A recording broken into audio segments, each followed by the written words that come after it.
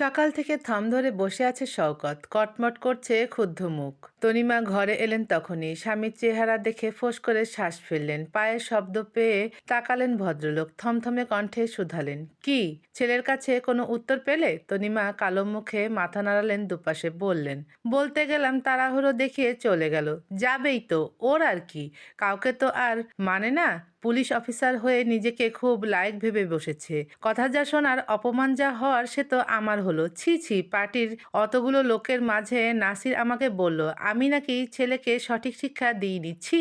তনিমা ছোট্ট মুখে চুপ করে পাশে এসে বসলেন। শওকত ফের বলেন, ওই ঠান্ডা পানির মধ্যে মেয়েটাকে ঠেলে ফেলে দিয়েছে তোমার বেয়াদব ছেলে। মেয়েটা সাঁতার জানে না, নাকে মুখে পানি ঢুকে কি অবস্থা হয়েছিল, জ্বরে পড়েছে, বিছানা রেখে উঠতেও পারছে না শুনলাম। রোকসানা একটু আগেও আমাকে ফোন করে কত কি বলেছে জানো? বলেছে ও এখন আর এই বিয়ে দেবে না, তোমার ওই অভদ্র ছেলের কাছে মেয়ে দিতে নাকি ওর রুচিতে বাজছে। তনিমা বললেন, বুঝতে পেরেছি। অমনি খ্যাপাটে চোখে চাইলেন শওকত। বুঝতে পেরেছ মানে কি? এতগুলো কথার এটা একটা উত্তর হলো? তোমার ছেলে কেন আইরিনকে পানিতে ফেললো তার জবাব আমার চাই তনিমা। তুমি এনে দেবে নাকি আমি নিজে গিয়ে জিজ্ঞেস করব? আমি কিন্তু এবার মানব না ও বড় হয়েছে, রেগে মেগে মেরে দেবো কিন্তু। তনিমা মিনমিন করে বললেন, আচ্ছা পানিতে তো তুষিও পড়লো, ওর যে কিছুই হলো না, আইরিন একদম জ্বরে কাত হয়ে গেল কেন বলো তো? এটা কেমন কথা? কিসের সাথে কি মেলাচ্ছ? আরে বাবা, আইরিন এক পরিবেশে মানুষ হয়েছে, তুষি আর এক পরিবেশে। আইরিন ওর বাবা মায়ের তুলতুলে মেয়ে, তুষি সেখানে বাবা মাকেই পায়নি, রাস্তায় ওর বয়স বেড়েছে, দুটো এক। তনিমা ঘাড় নাড়লেন, বুঝতে পেরেছি। আবার এক কথা?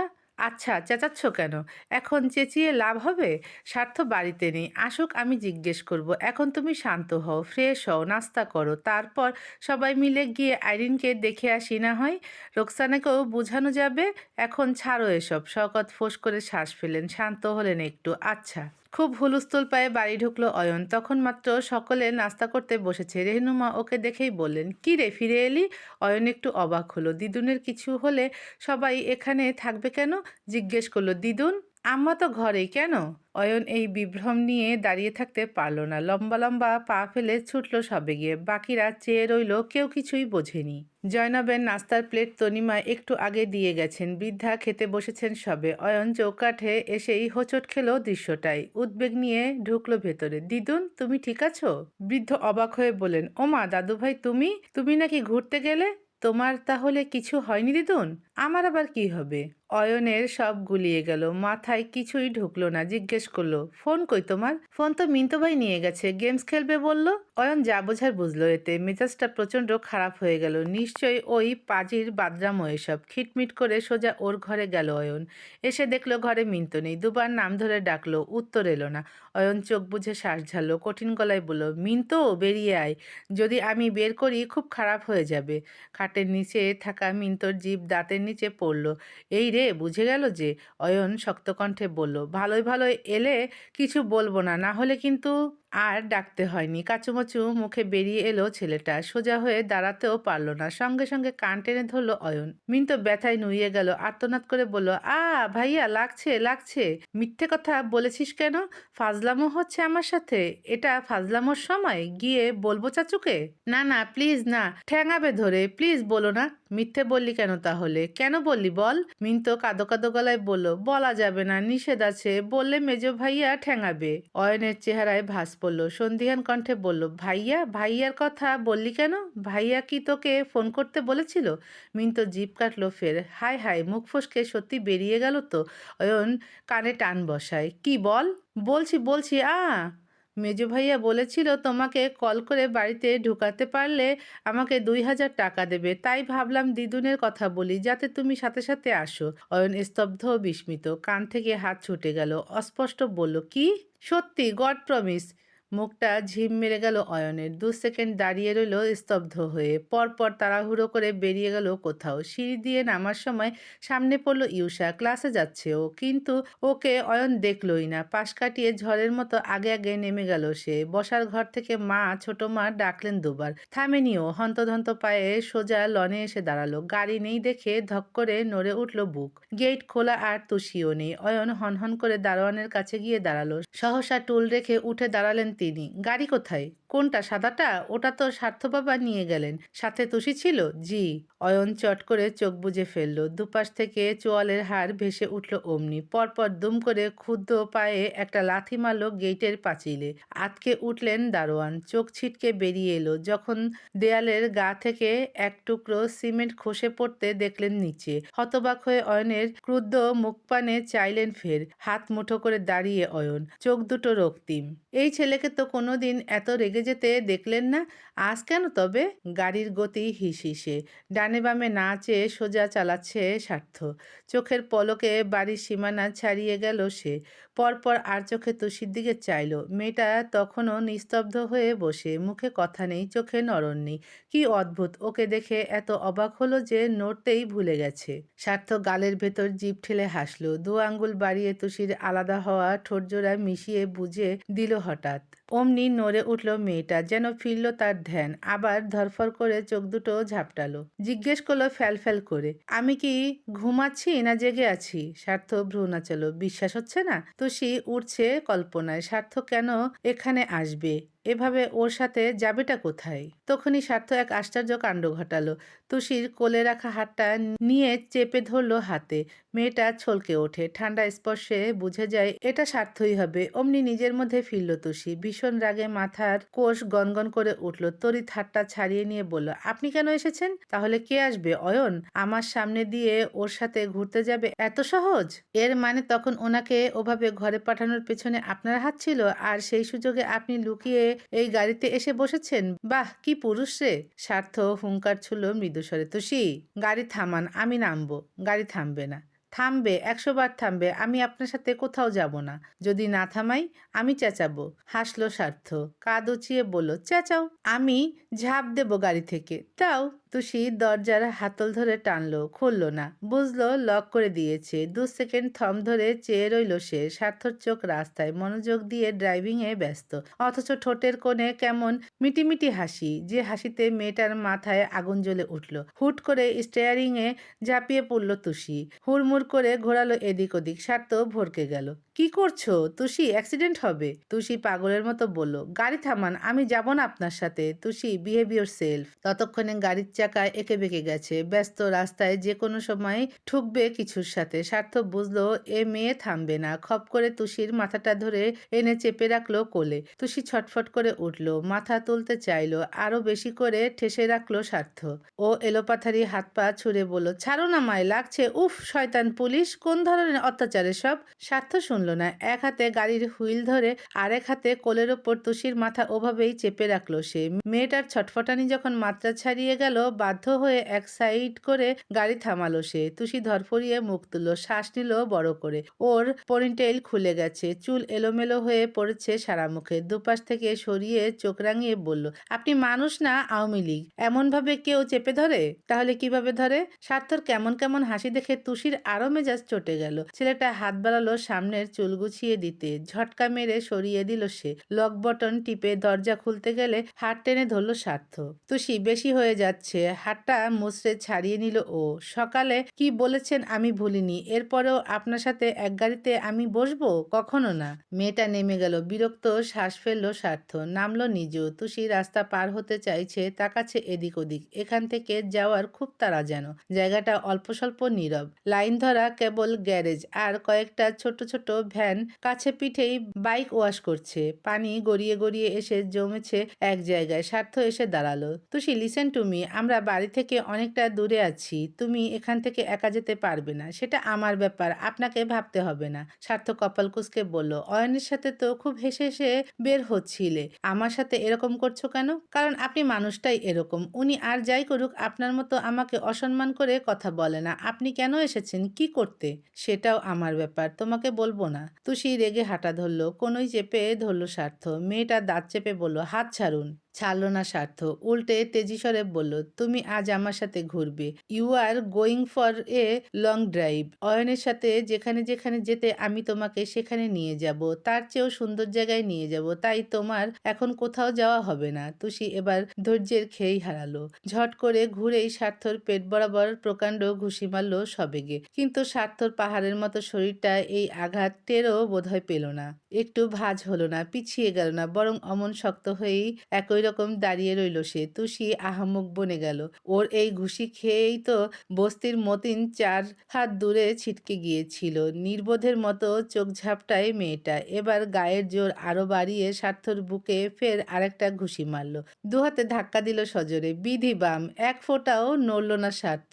উল্টে ভীষণ চুপ করে চেয়ে রইল ওর দিকে। মেয়েটা ঢোক গিলে অসহায় চোখে চাইল এবার। স্বার্থ ভ্রু নাচিয়ে বলল, হয়েছে, যাই তাহলে? তুষি বিড়বিড় করে বলল, আমি আপনার সাথে ঘুরবো না। কেন, কি সমস্যা? তোমাকে আমি খেয়ে ফেলবো? শরীরে আমার দেয়া দাগ নিয়ে ঘুরছো আর আমার সাথে ঘুরতে চাইছো না? তুষির মাথায় বোম পড়ল। বিহ্বল হয়ে বলল, এর মানে আপনার সব মনে আছে? স্বার্থর ঠোঁটে চাপা হাসিটা ছুটে এলো ফের। কণ্ঠ নামিয়ে বলল, প্রথমে ছিল না, পরে মনে পড়েছে। কি কি করেছি, কোথায় কোথায় ছুঁয়েছি, সব মনে পড়েছে, সব। ওই ফিসফিসের শব্দে কান ধরে গেল তুষির। ভো ভো করে উঠল মাথার কোষ। স্বার্থ মোলায়েম কণ্ঠে বলল, আর সিন ক্রিয়েট করো না তুষি, অলরেডি অনেকটা সময় নষ্ট হয়েছে, চলো প্লিজ। তুষি তাচ্ছিল্য হেসে বলল, এতই যদি আমায় নিয়ে ঘোড়ার শখ তো চোরের মতো এসে গাড়িতে বসলেন কেন? বাড়ির সবার সামনে দিয়ে বসতেন।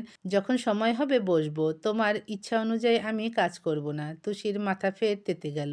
ওকে জোর করবে, আবার তেজও দেখাবে। রেগেমেগে বলল, আপনার মতো লোকের সাথে আমি কথাই বলতে চাই না। সবেগে ঘুরে হাঁটা ধরলো মেয়েটা। দুপা বাড়ালো। সামনে থেকে সাই সাই গতিতে একটা গাড়ি ছুটে গেল তখনই। চাকায় পিষ্ট হতেই ছলকে উঠল গর্তে জমে থাকা জল। তুরন্ত সব ছিটকে এসে লাগলো তুষির শরীরে। একদম মুখ অবধি ভিজে গেল ওর। মেয়েটা ভ্যাবাচাকা খেলো। স্বার্থ পেছনে থাকায় ওর গায়ে লাগেনি। তবে ব্যাপারটায় শব্দহীন হেসে ফেলল সে। পাশে দাঁড়িয়ে বলল, বড়দের সাথে বেয়াদবি করলে এরকমই হয়। তুষি খিটমিট করে চাইলো, কথা বলবেন না আপনি? মেয়েটার শরীরে সোজাসাপটা চোখ গেল স্বার্থর। আরেক দিক চেয়ে সঙ্গে সঙ্গে নিজের গায়ের ব্লেজারটা খুলল সে। এগিয়ে দিয়ে বলল, এটা পরো। কেন? আমি বলেছি তাই। তুষির ভেতর জেদ ঠেলে দিল অমনি। কোনো দরকার নেই। স্বার্থর চাহনি আশেপাশে। বলল শান্তভাবে, তুষি পরো এটা। পরবো না। সবসময় আপনি যা বলবেন তাই করতে হবে নাকি? কি ভাবেন নিজেকে? যখন ইচ্ছে হবে আপনি আমাকে এসে বলবেন, তুষি আমি তোমাকে ভালোবাসি না। আবার যখন ইচ্ছে হবে মদ খেয়ে সোফা। স্বার্থ দাঁত চেপে হিসিয়ে বলল, ভেতরের সব দেখা যাচ্ছে ডাফার। তুষি থমকে গেল। থমকালো তার চোখ মুখ। চোরের মতো চোখ নামিয়ে এক পল তাকালো নিজের দিকে। লজ্জায় মাটিতে মিশে গেল অমনি। সাদা জামা ভিজে গায়ে লেপটে গেছে। স্পষ্ট শরীরের সবকটা ভাঁজ। হুড়মুড় করে স্বার্থর থেকে ব্লেজার টেনে নিল মেয়েটা। তাড়াহুড়ো করে পড়ল গায়ে। থমথমে কণ্ঠে ছুঁড়ে ছুঁড়ে বলল, ধন্যবাদ। স্বার্থ ঘাট ডলতে ডলতে বিড়বিড় করল, ধন্যবাদ দিয়ে কি করব? যা দেখার সে তো দেখেই ফেলেছি। আস্তে বললেও তুষি শুনতে পেল। চাইলেও হতভম্ব চোখে। স্বার্থ গাড়ির দরজা খুলে দেয়। এবার অন্তত ওঠো, না হলে আবার কোত্থেকে পানি এসে বাকিটাও দেখিয়ে দেবে। তুষি স্তম্ভিত হয়ে বলল, খারাপ লোক আপনি, এত খারাপ? আর আমি ভাবলাম, না, এবার তো আপনার সাথে আমি আরো বেশি করে যাব না। তুষি লিটারেলি এবার খুব খারাপ হচ্ছে। শেষবার বলছি ওঠো। উঠবো না বলেছি না? আপনার কথা আমি শুনবো কেন?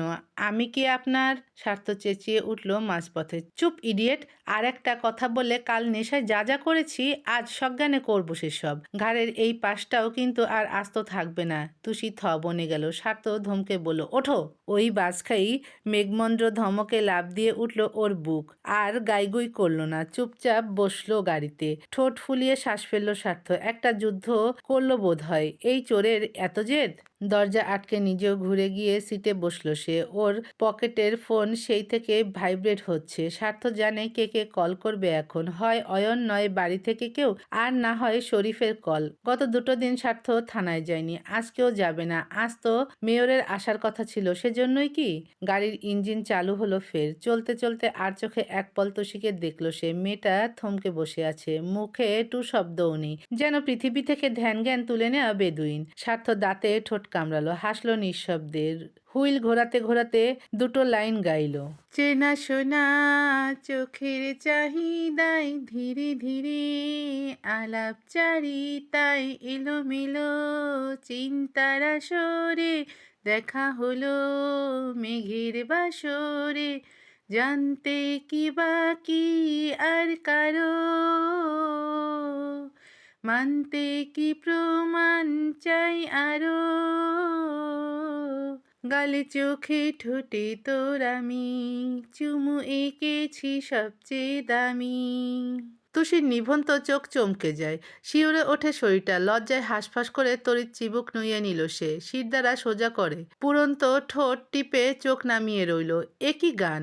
হায় আল্লাহ, এ লোকের হলোটা কি? নেশার ঘোর কি এখনো কাটেনি? কি সব বলছে, কি সব করছে! এই স্বার্থকে তো তুষি চেনে না, কোনোদিন দেখেনি। মাথাটা কি খারাপ হয়ে গেল? জামিল কাল রাত থেকে স্বার্থকে ফোনে পাচ্ছে না, চিন্তায় তার মাথা ফেটে যাচ্ছে। ছেলেটা অমন রেগেমেগে বেরিয়ে গেল, তারপর থেকে খবর নেই। কি ঝামেলা বাঁধালো আবার! অতিরিক্ত দুশ্চিন্তায় জামিল ঘরে বসে থাকতে পারল না, গাড়ি চালিয়ে সোজা সৈয়দ বাড়ির মূল ফটকে হাজির হয়ে গেল। ইউসাও ক্লাসের জন্য বের হলো তখনই, মুখোমুখি পড়ল দুজন। অদূর থেকে হাত নাড়ল জামিল, ত্রস্ত পায়ে নেমে কাছে এসে দাঁড়ালো। এক পল মুগ্ধ চোখে দেখলো ইউসার মুখটা। পরনে ঢিলেঢালা কামিজ, ঢিলা জিন্স, গলায় স্কার্ফ পেঁচানো, চুলগুলো নিচু করে ঝুঁটি বেঁধেছে, সাজসজ্জাহীন ললিত একটি মুখ। ইউসা ওকে দেখেই সালাম দিল, জিজ্ঞেস করলো, ভালো আছেন ভাইয়া? জামিল বলল, হ্যাঁ, তোমার কি খবর? ইউনিভার্সিটি যাচ্ছ? জি। স্বার্থ কি বাড়িতে? বাইক তো লনে দেখলাম, বোধহয় ঘুমাচ্ছে এখনো। ও, তুষি ঠিক আছে তো? হ্যাঁ, অয়ন ভাইয়ের সাথে ঘুরতে গিয়েছে। জামিল জিভ কাটলো। এই রে, স্বার্থ থাকতে তুষি অয়নের সাথে ঘুরতে গেল? হাউ? জিজ্ঞেস করলো। অয়নও বাড়িতে নেই? না, আপনি তাহলে ভেতরে যান ভাইয়া, আমি যাই, ক্লাসের সময় হয়ে যাচ্ছে। ও এগোতে গেলেই থামায় জামিল, প্রশ্ন করে, শোনো ইউসা, তোমার কি গিফট পছন্দ হয়েছিল? হ্যাঁ, সুন্দর তো। ওটার সাথে যে আরো একটা জিনিস ছিল, দেখেছো? ইউসা কপাল কুঁচকে চাইলো। পার্টিতে অয়ন যখন বক্সটা খুলেছিল তখনই যা একটু দেখেছিল ও, এরপর আর খোলেইনি। মেয়েটার মুখ দেখে উত্তর পেয়ে গেল জামিল, দীর্ঘশ্বাস ফেলে বলল, দেখোনি তাই না? ইউসা লজ্জা পেয়ে যায়। সরি ভাইয়া। সরির কিছু নেই, ইটস ওকে। কি ছিল, জরুরি কিছু? তাহলে কি মুখেই বলবো? বলুন না, আমরাই তো। জামিল জিভে ঠোঁট ভেজালো, দুপল সময় নিয়ে সোজাসাপটা বলল, আসলে ইউসা, আই লাইক ইউ। তুমি রাজি থাকলে আমি মাম্মা পাপাকে দিয়ে আঙ্কেলের কাছে বিয়ের প্রস্তাব পাঠাতে চাই। ইউসা কিংকর্তব্য বিমূঢ় হয়ে বলল, এসব কি বলছেন? আমি জানতাম সামনাসামনি বললে তুমি অকওয়ার্ড ফিল করবে, সেজন্যই একটা কার্ডে লিখে দিয়েছিলাম, কিন্তু তুমি তো দেখলেই না। কিন্তু জামিল ভাই, আপনার হঠাৎ আমাকে মানে কিভাবে? জামিল ভনিতা ছাড়াই বলল, আমি নিজেও জানি না ইউসা। আমি তো আগে তোমাকে নিয়ে কখনো এরকম ভাবিওনি। তোমাকে দেখেছি কত বাচ্চা একটা মেয়ে, ক্লাস 10-এ পড়তে, সেবার যখন দেশ ছেড়ে গেলাম, কিন্তু এইবার তোমাকে দেখেই আমার কি যেন হলো। স্বার্থর জন্মদিনে সেই যে একটা হলুদ পাখির মতো জামা পরে সেজেগুজে দাঁড়ালে, আমি কিছুক্ষণের জন্য চোখ ফেরাতে পারিনি। ইউসা মাথা নুইয়ে চুপ করে রইল। ও বলল, ইউসা, তুমি কি রাগ করলে? মেয়েটা মাথা নাড়ল দুপাশে। না, রাগ করবো কেন? কাউকে ভালো লাগা তো দোষের নয়, হাসলো জামিল। সাচে সুইটেস্ট গার্ল, কত ম্যাচিউর তুমি, এজন্যই তোমাকে সবাই এত পছন্দ করে। ইউসা মাথা তুলে চাইল, সরাসরি বলল, কিন্তু ভাইয়া, আই এম সরি, আমি আপনাকে কখনো ওই চোখে দেখিনি। জামিল মুখ কালো করে বলল, আমাকে তোমার ভালো লাগে না? লাগে, কিন্তু মেজো ভাইয়ার বন্ধু হিসাবে লাগে, জামিল ভাইয়া হিসাবে লাগে। ছেলেটা উদ্বেগ নিয়ে বলল, তাহলে তো এটা কোনো ইস্যুই নয়, এখন ভাইয়া, পরে না হয় ছাইয়া হব। ইউসা হেসে ফেলল, সেটা সম্ভব না, আসলে আমি একজনকে পছন্দ করি। না, ঠিক পছন্দ নয়, ভালোবাসি, খুব ভালোবাসি। জামিল আহত হলো, চেয়ে রইল মন খারাপ করে, পরপর ফোঁস করে শ্বাস ফেলে বলল, ওকে, তাহলে আর কি করার, ইটস মাই ব্যাড লাক। কিন্তু সেই ভাগ্যবান মানুষটাকে জানতে পারি? হুম, সে আমার একান্ত প্রেম, আমার অব্যক্ত কথা, লুকানো ব্যথা, আমি তাকে কারো সামনে আনতে চাই না। বাপ রে, এত গভীর প্রেম! ঠিক আছে, তাহলে আর কি বলবো, best wishes for both of you. ইউসা মলিন চোখে হাসলো, বোথ অফ? একতরফা প্রেমে আবার বোথ অফ? ও ঘুরে এক পা বাড়িয়েও থামলো, আবার জিজ্ঞেস করলো, আমি রিজেক্ট করায় আপনার খারাপ লেগেছে? জামিল বলল, একটু তো লেগেছেই। মরে যাচ্ছেন, কষ্ট হচ্ছে, শ্বাস আটকে আসছে, বাঁচতে পারবেন না এরকম মনে হচ্ছে? জামিল শব্দ করে হেসে ফেললো এবার। ধুর, এরকম কেন হবে? এসব বোকা বোকা ব্যাপার কারো হয় নাকি? ইউসা কাষ্ঠ হেসে ভাবলো, কিন্তু আমার তো হয়েছিল, এখনো হয়, হয়তো বাকিটা জীবনও এক ব্যর্থ প্রেমের গল্প বারবার এসে আমার গলা চেপে ধরবে, আমাকে বুঝিয়ে যাবে অয়ন ভাই ছাড়া শূন্য আকাশে উড়ে বেড়ানো গাংচিলের মতোই একা আমি। ইউসা, আর ইউ অলরাইট? ইউসা ধ্যান ভেঙে চাইল, বিমর্ষ মুখে হাসি টেনে বলল, জামিল ভাইয়া, আপনি মন খারাপ করবেন না, আপনি আসলে খুবই ভালো ছেলে, দেখবেন বউ হিসেবে আরো অনেক ভালো মেয়ে পাবেন আপনি, তাই দোয়া করে দিচ্ছ। তাহলে পেতেও পারি। গুড গার্লদের দোয়া সত্যি হয়। আমি যাই, আল্লাহ হাফেজ। ইউসা বিদায় নিয়ে রওনা করলো। বুকের কোণে নিদারুণ রিক্ততা ভেসে উঠল সহসা, টলমলে চোখে ভাবলো, একদিন সবাই পাবে, শুধু কিছু মানুষের ব্যথা সারা জীবন একই রয়ে যাবে।